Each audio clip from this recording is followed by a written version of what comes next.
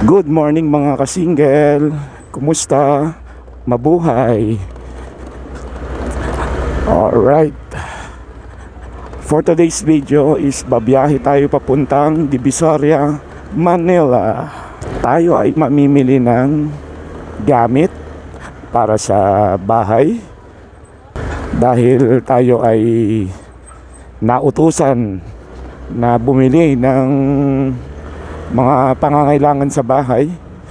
Kasi alam niyo naman, ang Divisoria takbuhan o puntahan ng mga gustong bumili ng mga gamit na alam nilang makakamura sila, di ba? So isa na tayo doon. So nag-post ako sa aking Facebook page at kita-kita na lang sa mga followers natin tsaka subscribers natin. Kahit konti pa lang tayo. Ang bango naman, nakakamuy ako ng lugaw. So ayun guys, biglaan lang din tong ating biyahe. Although medyo mahaba-haba yung magiging chikahan natin. Mahaba-haba yung chikahan natin kasi Maynila pa yung pupuntahan natin. And then naalala ko nga pala na ang mga tropa natin is nasa Tanay Rizal. Umalis sila ng 4 AM kaninang madaling araw. And then hindi nga lang tayo nakasama kasi Sunday kasi ngayon. Mas uunahin natin yung kasi last week hindi tayo nakapag-church. Hindi rin naman maganda kung hindi na naman tayo makakapag-church. Dapat meron o wala, nagpapasalamat tayo sa itaas. Alam naman natin yan eh. So ayun, sabi ko next time na lang ako makakasama, or pinaintindi ko sa kanila na kapag ka Sunday is hindi ako available para sa pagra-rides. So ingat kayo sa inyong mga biyahe.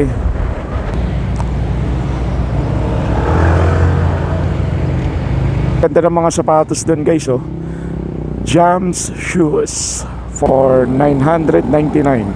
So piso na lang, 1,000 na. So yun nga, yung biyahe ng aking mga kababata is sa Tanay Rizal pa rin. Sikat na sikat ito eh. Pumunta sila ngayong araw sa Daranac Falls dito sa may Tanay Rizal. So nung chinek ko yung magiging biyahe nila is dalawa yung pwede nilang daanan or depende sa kanila. Pero yung tinuturo ng mapa is papuntang Binangonan and Morong sa Tanay Rizal. Although pwede rin naman sila mag-Antipolo, then dadaan sila ng Marilaki Road mismo kung saan maraming namimitik. I think dadaan yun sila doon kasi gusto rin nilang mapitikan sila. Kasi nung huling daan namin doon, talagang hinanap pa namin yung mga Facebook page ng mga namimitik. First time namin makadaan sa Marilaki kasi napakasikat ng lugar na yan. Iba-ibang mga pangyayari ng dumaan sa lugar na yan. So ayun, matuloy natin yung ating topic ngayon. Babiyahe tayo ng papuntang Divisoria and then dadaan tayo ng Intramuros. Sakto, malapit na rin magpasukan. Ang Divisoria talaga ang sikat na pamilihan pagdating sa mga gamit ng mga estudyante. Ayan. At marami pang iba.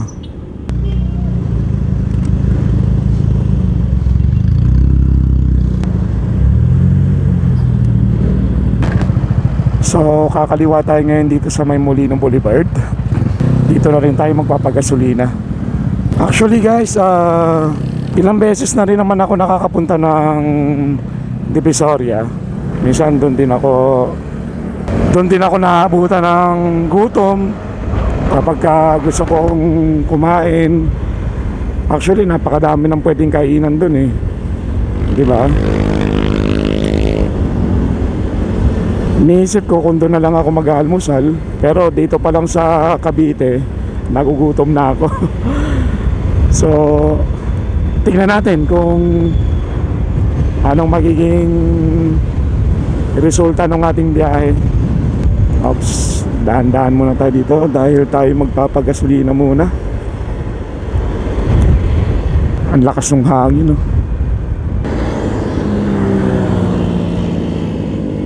At ang daming nagpapagas. Whoop. Saan ba tayo pwedeng pumila? Ang daming pila. Doon na lang kaya kay tatay. Ay, ito sir. Tara.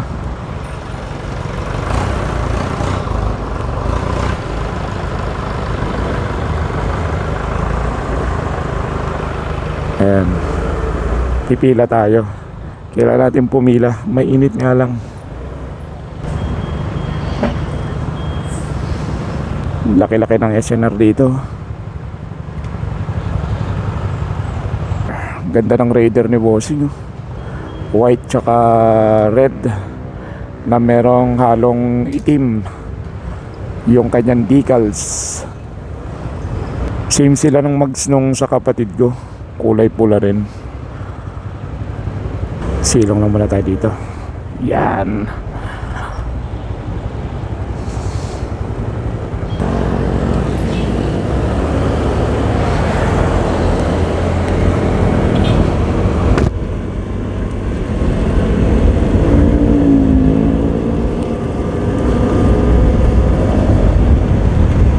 Dahil sa naka-stock pipe pa rin tayo, tumitingin ako sa online ng Acropovic. Kahit yung mga imitation lang kasi wala pa naman tayong budget sa magagandang klaseng tambucho. Tsaka 3 times na rin naman ako nakakabili ng ganong pipe. Kahit sa mga dati ko pang motor, is okay naman yung performance kahit imitation lang. Then isa lang din yung pinapagawa natin ng kanyang pinaka-tubo niya.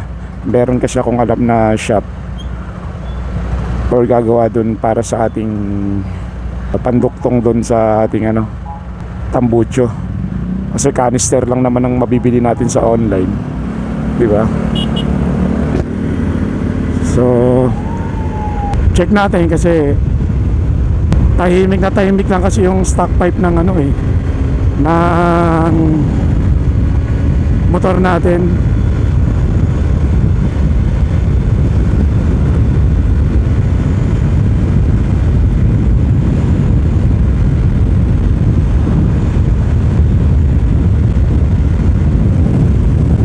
Medyo nakakaramdam na tayo ng pananawa sa kanyang katahimikan.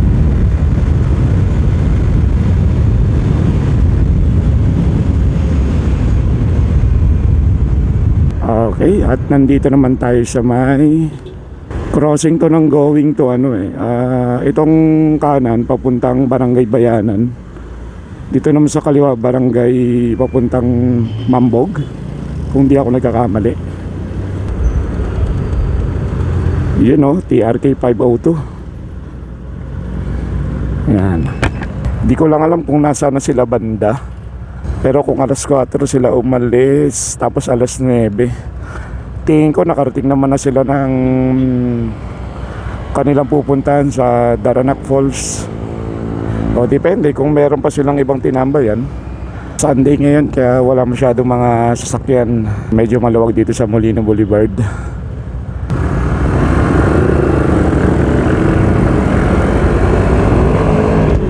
Siyempre dito mabilisan lahat ng mga sasakyan.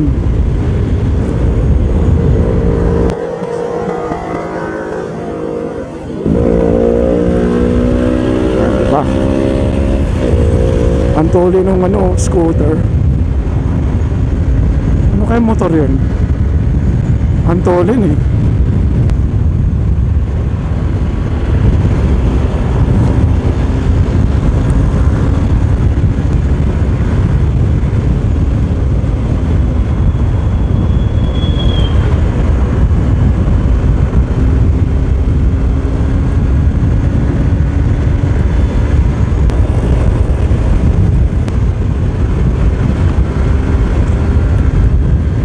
So dito pala yung ano ni Mistake dito sa Molino Boulevard, yung kanyang shop.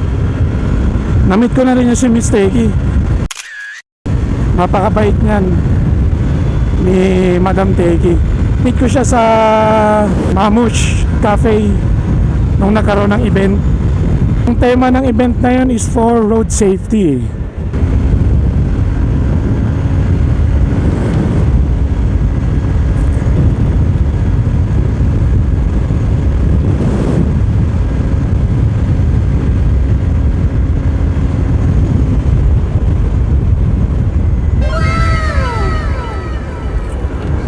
Dito tayo sa St. Dominic. Yan, pagdating dito guys, tayo ay magdahan-dahan. Andito tayo sa Zapote.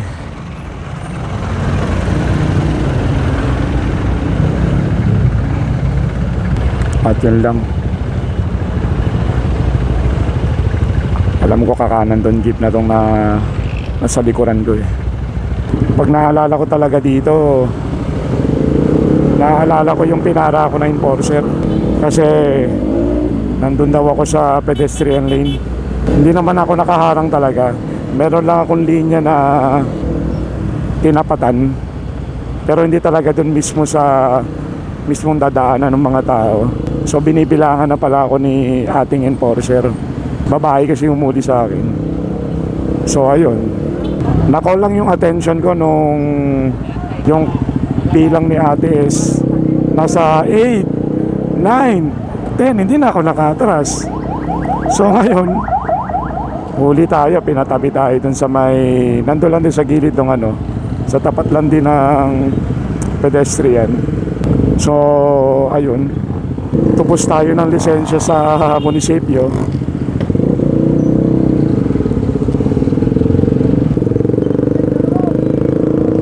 Ito pala yung ano, yung naririnig ko na ano, parang naka-AC project siya na ano, pipe. Kaya medyo loud talaga yung ano, malakas yung tunog. Pagdating sa mga pagpapalit ng tambucho is nag-stick lang talaga ako sa Akrapovic eh. Kahit nakabili ako ng mga imitation ng ilang beses na. Kasi pag yun is naka-open pipe, tinanggal mo yung busal, yung kanyang butas na pinakamalaking ano, yung pagka tinanggal mo yung silencer, hindi pa rin siya ganun ka ano eh, ka ingay. Kumbaga buo yung pagkayanig ng tambucho. Mag-alas 10 pa lang, sakit na sa balat ng init. So nandito tayo ngayon sa crossing ng Zapote Alabang Road. Yan, dito sa may gawing kanan ko is papuntang Las Piñas yan, papuntang SM South Mall, papuntang Alabang.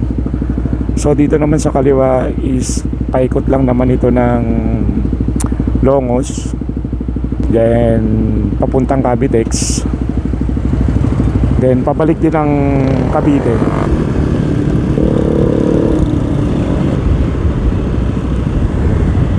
Kailangan sa mga ganitong sitwasyon na ikang agresibo sa paligid mo, lalo yung mga aggressive rider na nakakasabay natin. Ang daming gulong oh. Yan ata yung mga gulong na ano, second hand pero binibenta pa. Tapos yung iba parang nililinisan lang. Tapos depende sa sukat o kapal o sa kondisyon ng gulong yung magiging presyo niya. Ito favorite ng anak ko to eh, yung ganitong lobo. Hindi pwedeng hindi siya magpapabili ng ganyan eh. Tapos bibitawan niya rin pag lipas ng mga ilang oras. Siguro nakaka-4 na beses na ata ako nakakabili ng ganyang lobo. Tapos dinosaur yung ano, dinosaur yung karakter. Oh, sorry kuya. Mamaya magpo-post din ako sa GC namin na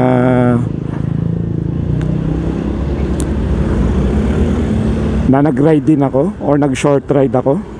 Pero dito lang sa Maynila.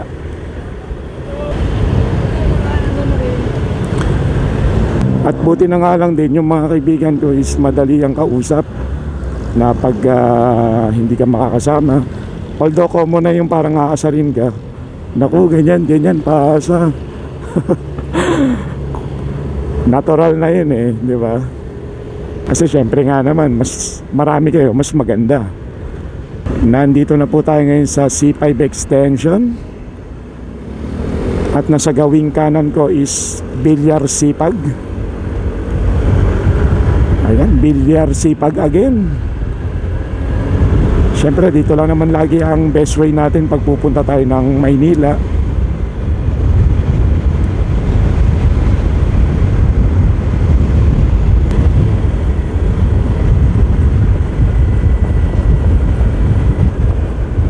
Yan.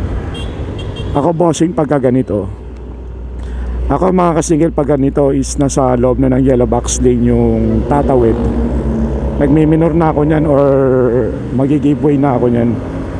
Kasi total makakapreno pa man din ako. Pangalawa is nasa loob naman na siya ng yellow box lane. So pagkakataon naman ng tatawid na siya yung dadaan.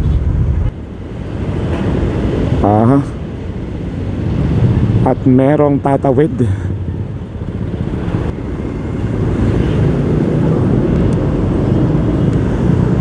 Napansin ko yung kotse sa bandang kanan ko is binabagalan niya dahil tatawid yung mga senior. So ang galing lang. At buti na lang din wala masyadong mga sasakyan doon sa mismong tatahakin nila. So yung mga simpleng ano lang, di ba? Pagtulong. Ano natin yan eh, kumbaga tayo naman makaka-receive ng ganting pala niyan sa itaas. Hindi man nakikita ng iba, pero yung nasa itaas, siya yung huhusga sa atin.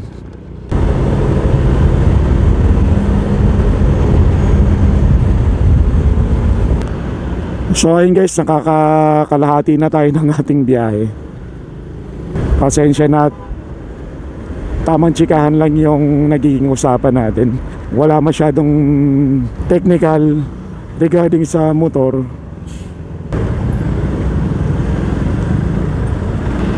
Kaso lang bike lane ito. Oh, sorry po. Alis din tayo kagad. Yan. So nasanay na akong na hindi dumaan sa bike lane. Although dumadaan pa rin ako, pero hindi ako nagtatagal kasi madalas nga naman ako salubong ng may mga nakabike. Tsaka mahirap na rin kasi sumunod sa bisikleta dahil iba yung style nung pagpepreno sila. Hindi gaya sa motor pagka-pepreno, di ba, dahan-dahan. Sa kanila kasi pagpepreno sila minsan bumababa sila sa bike. Bale parang yun yung pinaka full stop nila eh. Mahirap tansyahin. So ang linya ko lang lagi minsan dito lang.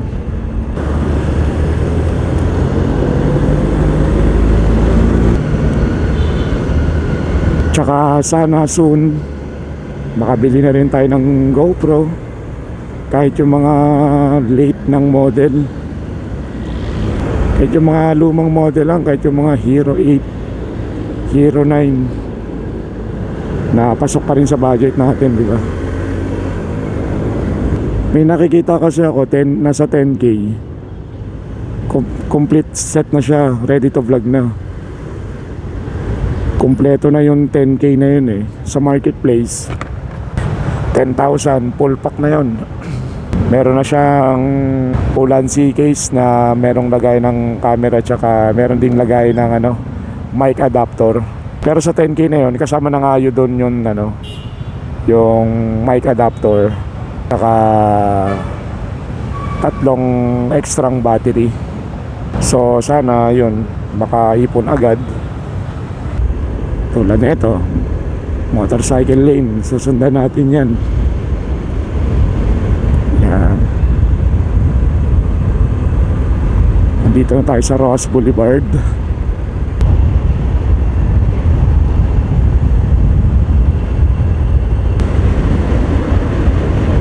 So napansin nyo guys na merong yellow solid lane, tsaka sa kabilang side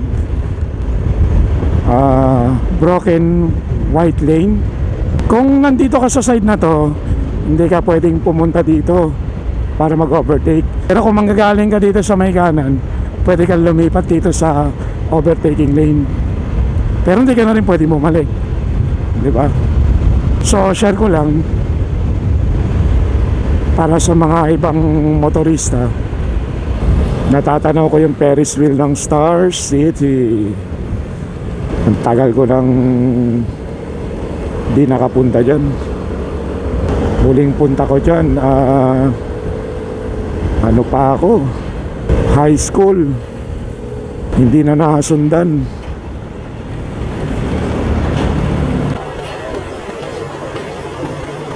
Yun, may plastic.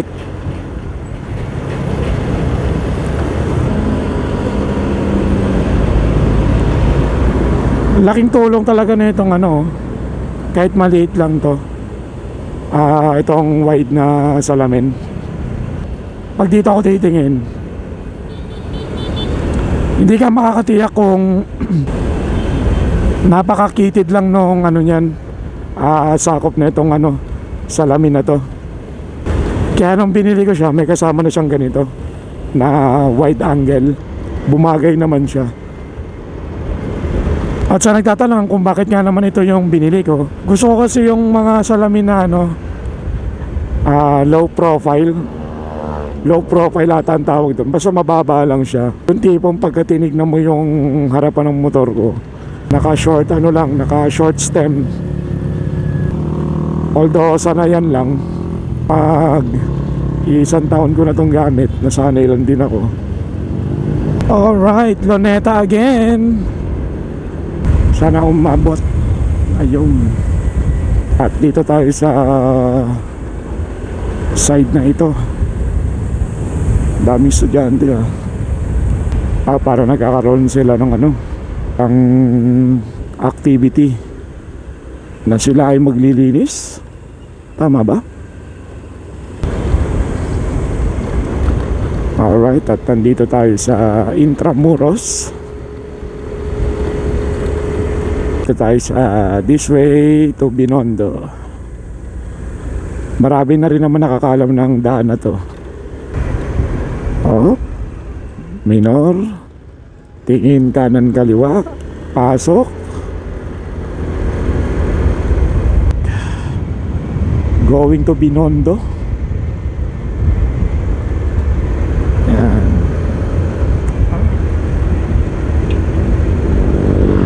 Ayan, magpipicture yun.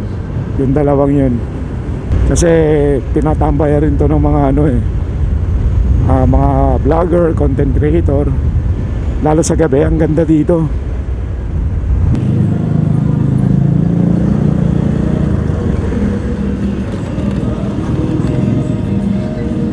Itong tinataha ko, papunta itong Lucky Chinatown.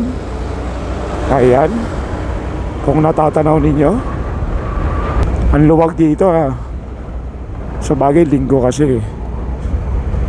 At itong tumbok na to, kung nakikita nyo yung 999 shopping mall. Yan. May aakyat din tayo dyan, titingin tayo. Dito na lang.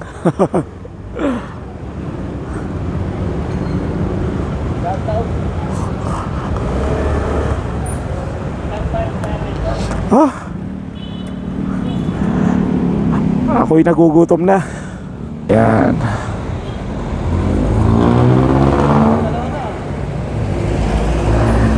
Dalawa po. Pang ano lang, pang Facebook. Ay, kailangan mo ba? Yun ang medyo matagal pag-i-edit. Yung edits. Akala ko madali lang. Ayan. So guys, dito tayo sa Juan Soler, dito sa kinakainan ko lagi. Yun Anong tropa natin yan. Dito na kayo kumain lagi. Yan. May dagdag pang sabaw Ito sa ano to, sa YouTube ko i-upload. I-upload niya rin. Sa reels nga. Reels na. Then tapos na tayo kumain ng kanin. Hahanap naman tayo ng tuhog-tuhog. Actually, pauwi na ako. Ang daming gulay guys. Ito pa yung sika. Meron yung isang katrabaho nito. Ang daming gulay. Ito yung sika natin. Ito may mga prutas. 999 Mall. Wala dito yung tuhog-tuhog na binibila natin.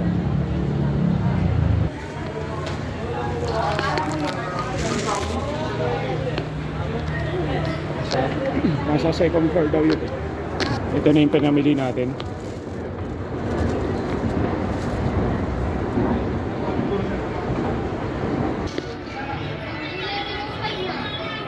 Ay, sarado. Dito sana mga ka-single, kaso sarado. Yan up, meron daw sa baba.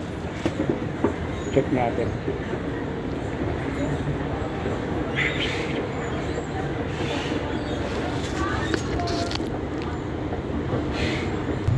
O, balik na tayo sa parking. At tayo ng ating motor. Tayo uwi na. So tayo ay uuwi na. Inabot na tayo ng tanghali.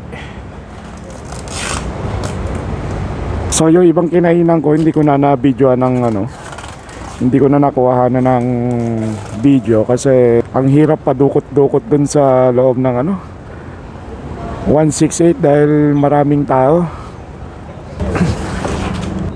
Thank you kuya. Pa. Kuya, bye. Pa.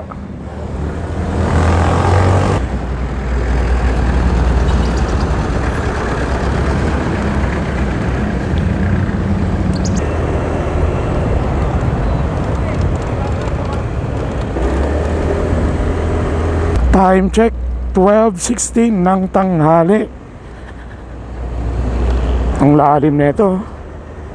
Dito guys, blind spot to ah. Kailangan alaalay lang kayo dito.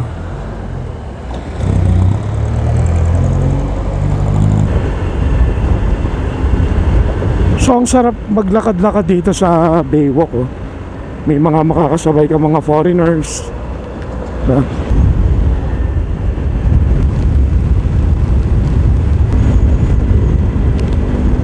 So ayun ulit guys. Minsan magmarahan tayo dito dahil may overspeeding dito eh. Hanggang 60 lang dapat yung takbo mo.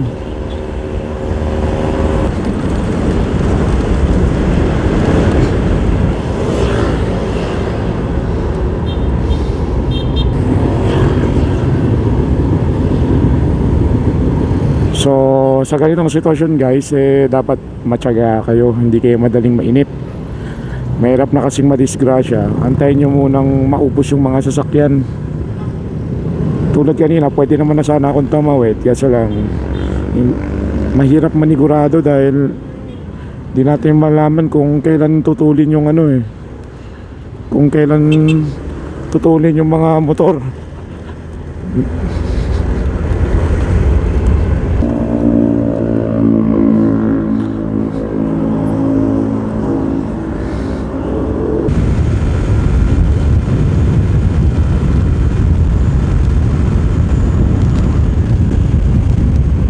Wow, ang sarap tumambay dito.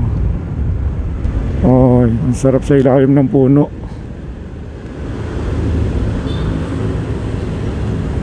Ito, shoutout muna natin si Boss Mel. Ayan, Boss Mel. Diyan guys, kung gusto nyo magpagawa ng mga seat cover o mismong buong assembly ng upuan. At nandito na tayo sa Alabang Zapote Road.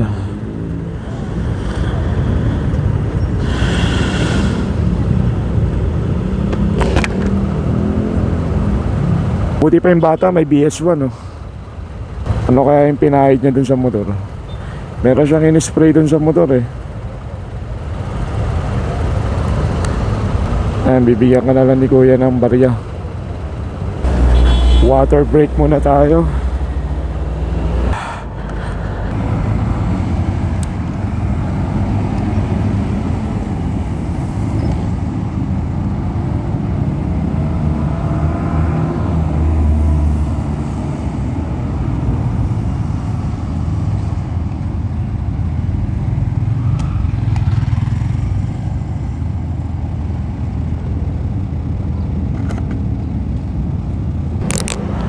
Sa totoo lang guys, ang pagbumotovlog hindi talaga biro yan eh.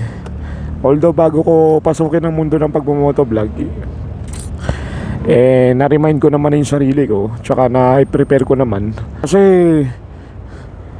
imagine sa pagmumotovlog, ang kakaharapin mo dyan, pangalawa yung kondisyon ng kalsada, pangatlo yung kondisyon ng panahon, yan tulad yan, mainit, tas biglang uulan. Mas delikado pa kung nainitan ka tapos naulanan ka na naman, pasma yung aabuti mo yan. Syempre sa pagmumotovlog, saan-saan ka makakarating yan. Mag-i-invest ka ng mga gamit mo,